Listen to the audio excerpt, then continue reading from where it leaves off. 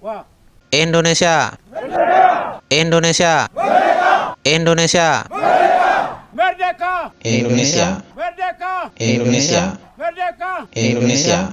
Saya pemimpin besar Tentara Pembebasan Nasional Papua Barat. Dalam kesempatan kali ini, saya menyatakan bahwa Papua bukan dianeksasi, juga bukan berintegrasi atau diintegrasikan, tetapi menjadi bagian dari wilayah Indonesia berdasarkan asas uti possidetis juris. Kalau diintegrasikan atau digabungkan, berarti proses masuknya Papua dari luar ke dalam Indonesia sejak proklamasi kemerdekaan 17 Agustus tahun 1945. Papua sudah sah menjadi wilayah Indonesia, tetapi ditahan oleh Belanda untuk sementara waktu dan diserahkan kembali ke Indonesia melalui proses referendum. Hukum internasional yang mengatur tata kelola wilayah suatu negara menyatakan bahwa batas wilayah suatu negara yang berdaulat setelah penjajahan mengikuti batas wilayah koloni dari negara penjajahnya.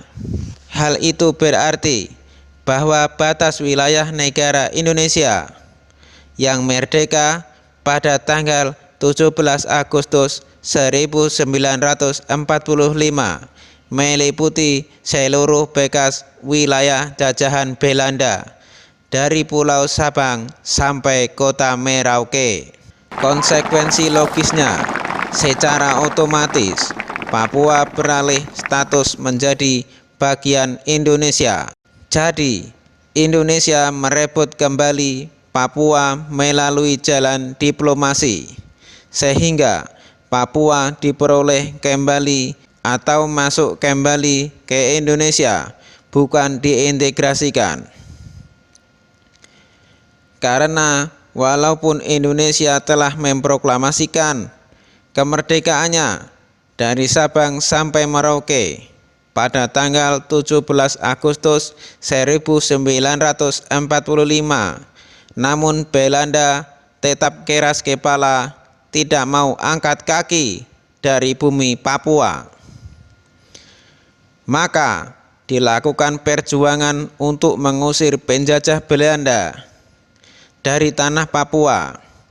Pada tanggal 5 September 1963, Papua bagian Barat dinyatakan sebagai daerah karantina. Pemerintah Indonesia membubarkan Dewan Papua dan melarang bendera Papua dan lagu kebangsaan Papua yang dibentuk oleh Belanda.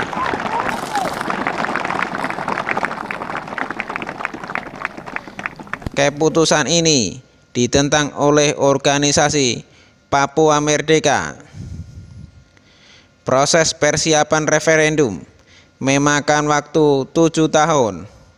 Baru pada tahun 1969 referendum digelar dan disaksikan oleh 2 utusan PBB. Hasilnya, Papua akhirnya kembali ke pangkuan NKRI.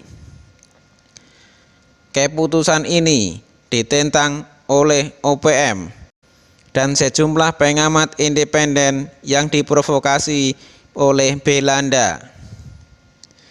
Setelah hasil PPRA diuji dalam sidang Majelis Umum PBB, sejarah mencatat PBB akhirnya mengesahkan hasil PPRA dengan sebuah resolusi Majelis Umum PBB nomor 2504 tanggal 19 Oktober 1969,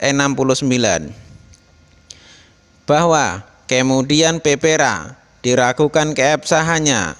Itu adalah bahasa kecewa sekelompok aktivis Papua yang sengaja dibentuk dan dibiayai oleh Belanda yang lahir jauh setelah PPRA disahkan. Kami terus berupaya agar di tanah Papua dilaksanakan referendum ulang, padahal kami tahu bahwa hal itu tidak mungkin dilaksanakan dan perjuangan kami sia-sia.